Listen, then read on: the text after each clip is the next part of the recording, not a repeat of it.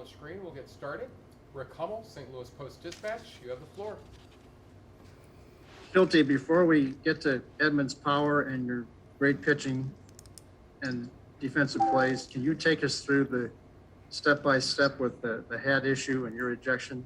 Commish, out of due respect, I would love to talk about the game first and then address that after that, if you don't mind, sir.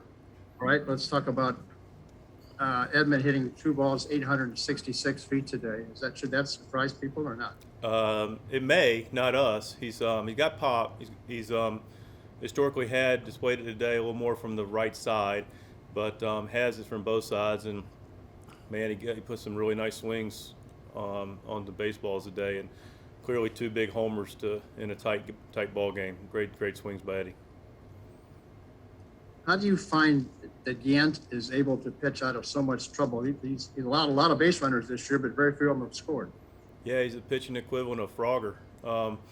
He plays in a lot of traffic, but he's really good at it. The guy's got multiple pitches. He's got trust in his stuff. He's got the ability to stay present, which is a huge asset for anybody, but including pitching, especially when things, can be a little more challenging. I think also possibly, I can't say this to be accurate, but another possibility would be he's used to pitching out of the bullpen and coming in with traffic, so he's used to pitching with some traffic. And he's just a really, really good competitor. And all those things, the multiple pitches, the strong competitive spirit, the ability to get the ball on the ground, and also, maybe coming out of the bullpen in the past has helped him with the right mentality, but he's done a fantastic job slowing things down, executing pitches.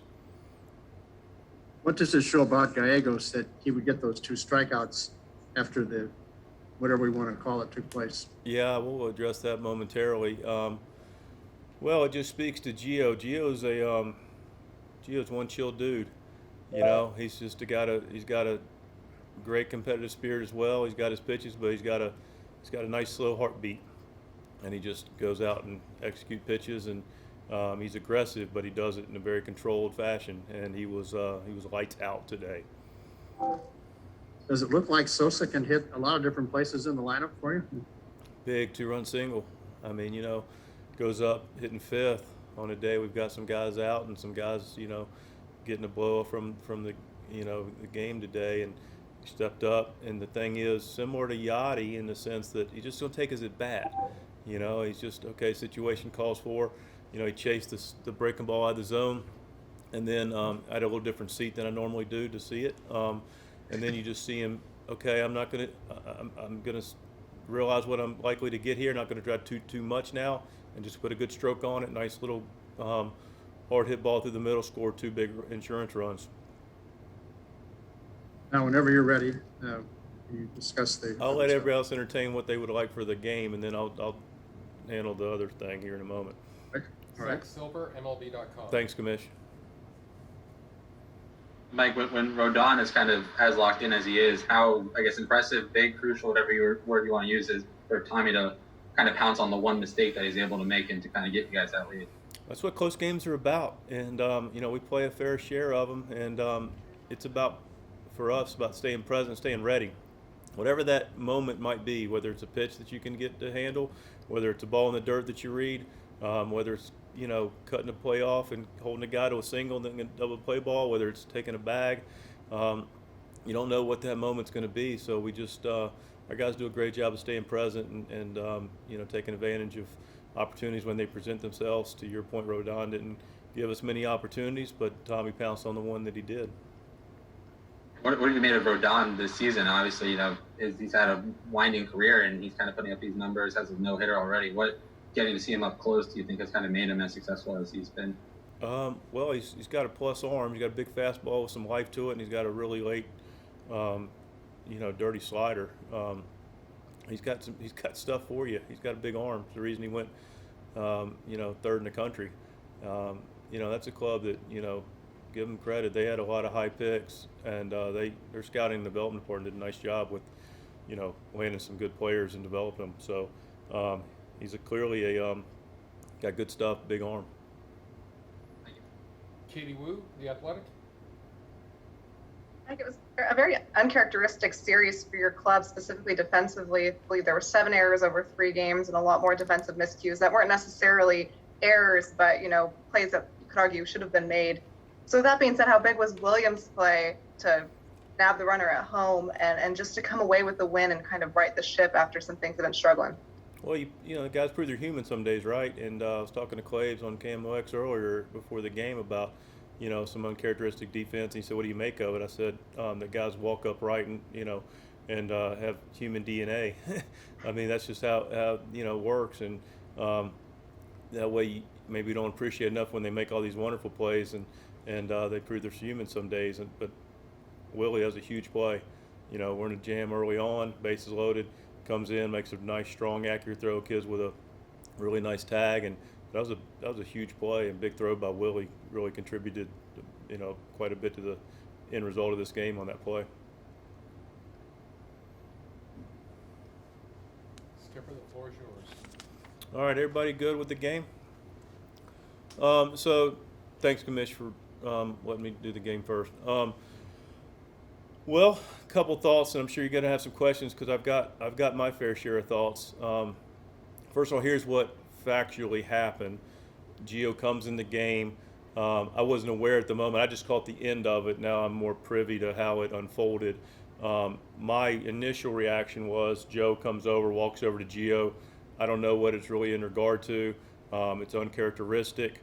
I walk out, see what's going on. He said he needs to change hats. Turns out that Dan Bellino had watched Gio come in the game and then goes over to Joe, whispers his ear. Joe goes to the mound and then, elicits that Gio needs to change his hat. So why do I take exception with that? Because this is baseball's dirty little secret, and it's the wrong time and the wrong arena to expose it. Because here's the and make sure I get my words right, because I got a decent chance of getting fined, and my wife Michelle will, gosh darn it, it's for the integrity of the game. But anyway, here's the deal. First of all, Gio wears the same hat all year, okay? Hats accrue dirt. Hats accrue substances, like just stuff, We pitched in a day game. So did Gio have some sunscreen at some point in his career to change his, make sure he doesn't get some kind of melanoma? Possibly. Does he use rosin to help out? Possibly. Are these things that baseball really wants to crack down on? No, it's not. I know that completely firsthand from the commissioner's office. That is not anything that's going to affect his ability to compete. And it was interesting with my buddy Ernie Moore, our traveling secretary. He goes, "Man, that new hat didn't really seem to affect Gio's stuff too much." So that part was nice to see. So now let's get to the genesis of this conversation, and this is the part that Major League Baseball's got a very, very, very tough position here, because there are people that are effectively and not even trying to hide, essentially flipping the bird at the league with how they're cheating in this game with concocted substances. There are players that have been monetized for it. There are players that are obviously doing it, going to their glove. There's clear video of it. You can tell the pitchers that are doing it because they don't want to go to their mouth, which Gio does off the rubber. And understandably, and I know comfortably, Major League Baseball is trying their best to do it in a manner that doesn't create any black eye for the integrity of the game that we love. But speaking of integrity, how about the integrity of the guys that are doing it clean?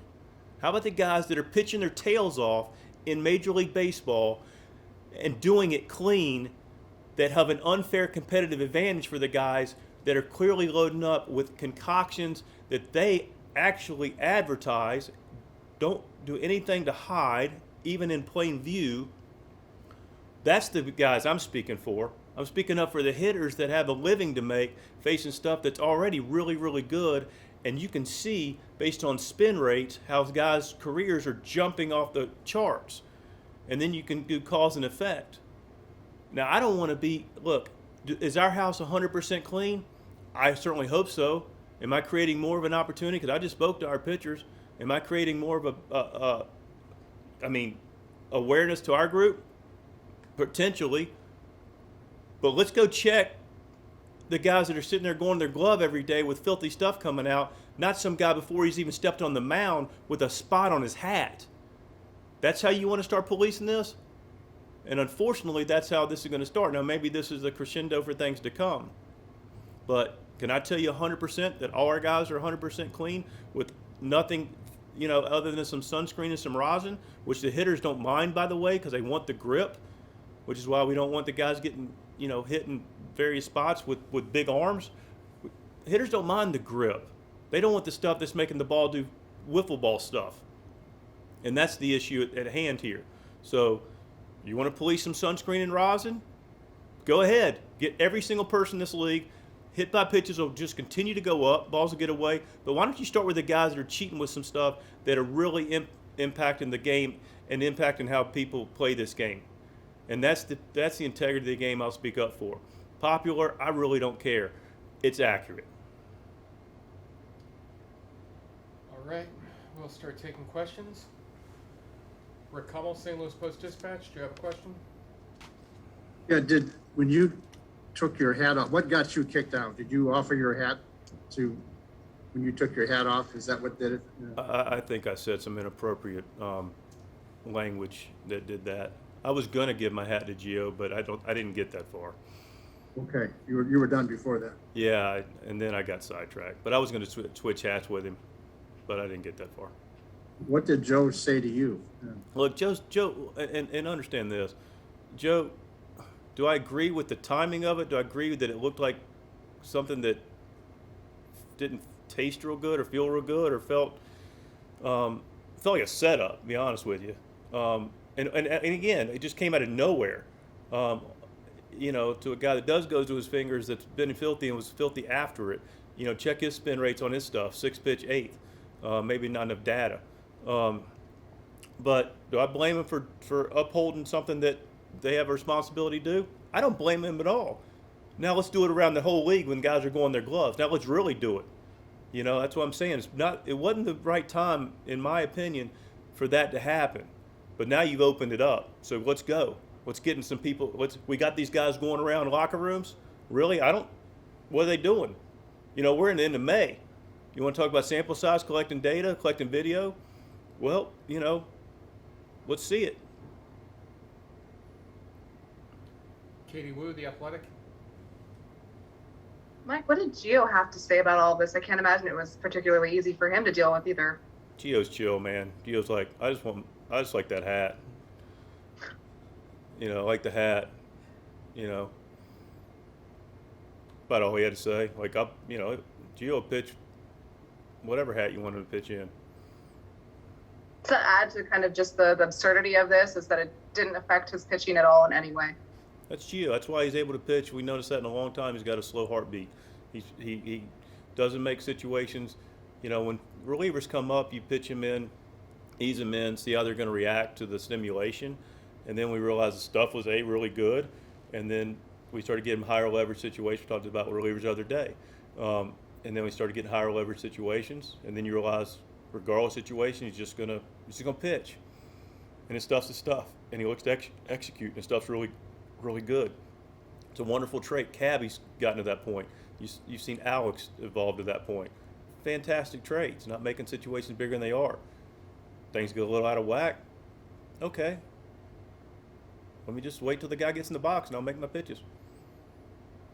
And the last thing for me, I just want to clarify that this was an umpire decision and nothing came through the White Sox side of the dugout. I'm not aware of that. Everything that we're aware of came from umpire decision. I don't know that it came from the other side. If it did, then that's their prerogative. But I don't believe that was the case. Thank you. Jeff Yes, Jones, ma'am. Belleville News Democrat. Mike, I just spoke to Joe, and he said that his goal was to protect Gio and keep him in the game by asking him to switch hats before he threw a pitch with the hat that he had on. Do you Yeah, have a reaction to that? And I can appreciate that. That's why I said, did he handle it? I mean, yeah. I mean, he kept him in the game, but kept him in the game from what? Because he had a dirty hat. Wayno's got a dirty hat. You know, it just felt. I mean, look, he comes out of the bullpen and he's targeted for whatever reason, you know, initially. But I do appreciate the fact he gave him the opportunity to stay in the game, and that's one of the reasons he's had as distinguished career as he had. I'm not faulting Joe at all, and you know, because they chose to enforce something that, you know, looked somewhat suspicious to them. They have and that's part of their job to police the game, and I want to make sure I'm clear. I'm not challenging that. I'm only challenging the fact that there's much more egregious things happening in real time that aren't being challenged. That's my only consideration. So really, Joe doing his part, I have no issue with it.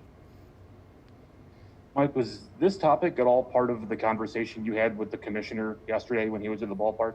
I spoke with the commissioner's office yesterday about it. I didn't speak with the commissioner about it. I had a good conversation about how our game is doing a lot of positive things, and this is the thing that I want to make sure that is also heard in this. I don't view this as I mean, it's a tough spot for Major League Baseball.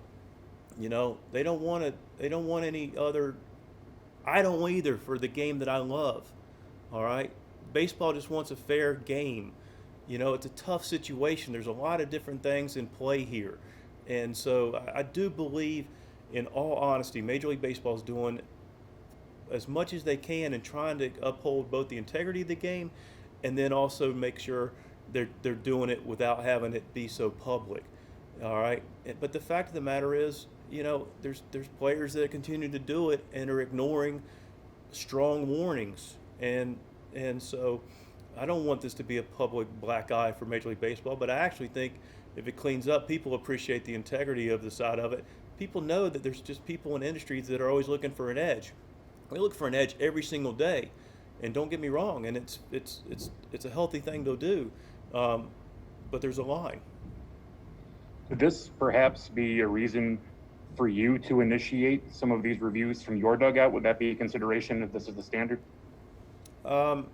Potentially. I mean, we haven't, and that's on record too. You know, we've chosen hard some days to look up and realize that maybe somebody's doing something that you're not, having a competitive advantage.